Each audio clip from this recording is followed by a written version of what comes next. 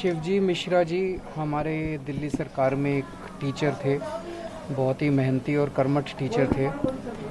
उनकी कोरोना काल के दौरान ड्यूटी लगी और उसकी वजह से उन्हें कोरोना हो गया और कोरोना की वजह से उनकी मौत हो गई।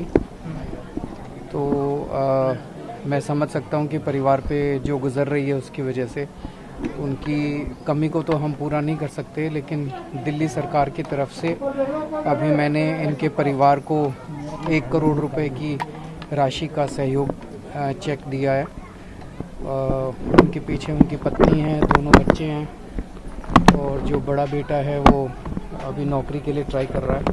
हम दिल्ली सरकार में उनको नौकरी देंगे और अभी जो भी मदद की ज़रूरत होगी कभी भी ये परिवार अपने आप को अकेला ना समझे, दिल्ली सरकार उनके साथ है। सर, ब्लैक फंगस को लेकर आज एक महत्वपूर्ण बैठक की, उसमें कई फैसले लिए गए हैं। सर, किस तरह से दिल्ली जो है प्रभावित है, कितने पेशेंट्स हैं अभी? सबसे पहले तो मैं सभी से अपील करना चाहता हूँ, सभी हॉस्पिटल से, डॉक्टर से, कि स्टीरॉइड्स का कम से कम इस्तेमाल करें। जो निकल के आया कि बहुत ज़्यादा स्टीरॉइड्स इस्तेमाल करने से और जो पेशेंट्स हैं वो अपनी शुगर का ख्याल रखें। स्टीरॉइड्स और शुगर इन दोनों का मिश्रण होके ये ब्लैक फंगस ज़्यादा हो रहा है, तो ये दोनों चीज़ों का ख्याल रखें। इसके बारे में हम जनता को जागरूक भी करेंगे। और दूसरा, इसके लिए एक इंटरडिसिप्लिनरी डॉक्टर्स की टीम बनाने की ज़रूरत है। ये निकल के आया कि इसके इलाज के लिए कई डिसिप्लिन के डॉक्टर्स की टीम बनाने की ज़रूरत है जो कि उस मरीज का ख्याल रखे। तो हमने जीटीबी में, सरकारी में, प्राइवेट में तो अपने अपने वो करते हैं, सरकारी में हमने जीटीबी, एलएनजेपी और राजीव गांधी हॉस्पिटल, इन तीनों में हमने स्पेशल अरेंजमेंट्स किए हैं ऐसे मरीजों का इलाज करने के लिए। और तीसरा, जो इसके इंजेक्शंस हैं वो उसकी बहुत ज़्यादा कमी है, तो हमने केंद्र सरकार को भी लिखा है कि बिकॉज सारे अब जो भी प्रोडक्शन है वो केंद्र सरकार ने उसके ऊपर टेक ओवर कर लिया है, तो केंद्र सरकार बांट रही है सारे इंजेक्शंस। हमें पूरी उम्मीद है कि केंद्र सरकार जितने भी इंजेक्शंस की ज़रूरत पड़ेगी वो देगी। एक्चुअली जैसे कल एक हमने टीम बनाई है डॉक्टर्स की, वो डॉक्टर्स की टीम के पास आपको अप्लाई कर एसओपी जारी किया है कि जो इंजेक्शन है वो किस तरह से दिए जाएंगे। तो उस एसओपी के हिसाब से एक टीम बनाई है, वहाँ पे वो अप्लाई करते हैं और फिर वो टीम देखती है कि इंजेक्शन की ज़रूरत है कि नहीं है। उनके पास कल तक 84 के करीब एप्लीकेशंस आई थी अलग अलग हॉस्पिटल से। वैसे सुनने में जो आ रहा है कि कहीं इतने 200 से ऊपर बता रहे हैं, लेकिन जो कल तक एप्लीकेशन आई थी 84 है। आज शाम तक जितनी होगी आपको हम लोग बता देंगे जो भी होगा। लगातार केसेस जो है वो कम हो रहे हैं दिल्ली के अंदर, तो रिलैक्सेशन को लेकर कोई बात सरकार वीकेंड पे मैं एलजी साहब से बात करूंगा। एलजी साहब के साथ जो भी चर्चा होगी और जो भी निर्णय होगा हम आपको बताएंगे। सर, 3 राज्यों ने ब्लैक फंगस को महामारी भी घोषित किया था, क्या दिल्ली में अभी ऐसी स्थिति नजर आ रही है? जरूरत पड़ेगी हम जरूर करेंगे, जो भी स्टेप्स उठाने की जरूरत है हम जरूर सारे स्टेप्स उठाएंगे। थर्ड वेव की तैयारियां, जैसे परसों मैंने मीटिंग की थी सारे ऑफिसर्स के साथ, तो जो समस्याएं सेकेंड वेव के दौरान आई वो समस्याएं अब दिल्ली वालों को नहीं आनी चाहिए, उसके ऊपर कई सारे वो हुए। तो एक तो हमने एक टीम बनाई है ऑफिसर्स की जो कि वो सारी चीज़ों की लिस्ट बनाएगी जो तैयारियां अब करने की ज़रूरत है। जैसे लगभग अभी हम कितने ऑक्सीजन के बेड्स की ज़रूरत पड़ेगी।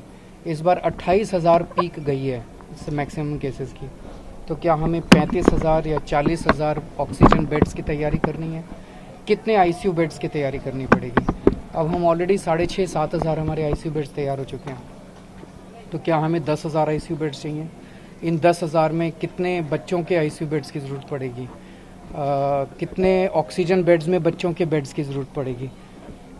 दूसरा, इस बार ऑक्सीजन की बड़ी कमी हुई, हमारे पास टैंकर्स नहीं थे। सो ये भी डिस्कस हो रहा था कि क्या हम दिल्ली सरकार अपने खुद के टैंकर्स अब खरीदेंगे।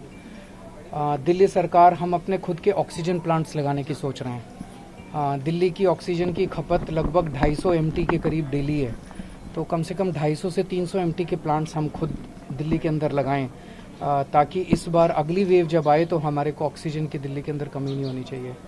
दिल्ली के अंदर ऑक्सीजन के स्टोरेज टैंक्स बनाने की ज़रूरत। तो ये सारी चीज़ों के ऊपर कल चर्चा हुई थी।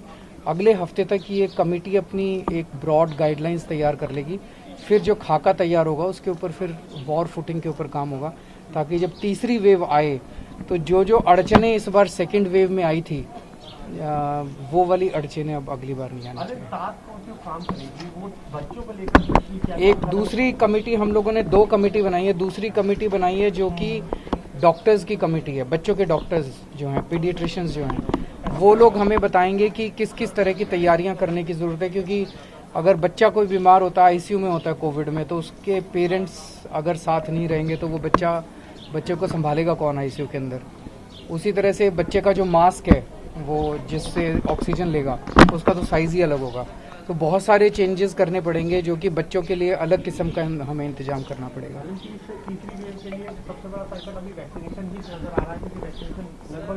वैक्सीनेशन हम लोग तो मांग रहे हैं केंद्र सरकार से, और मैं उम्मीद करता हूं कि जल्दी से जल्दी दे, बिकॉज अभी भी मुझे लगता है 1-2 दिन की वैक्सीन और बची है। दिल्ली के अंदर वैक्सीन खत्म हो गई है। तो एक तो ये कि बड़ों को वैक्सीन लगे, बड़ों की वैक्सीन की कमी है, और छोटे बच्चों की वैक्सीन तो अभी तक आई नहीं है।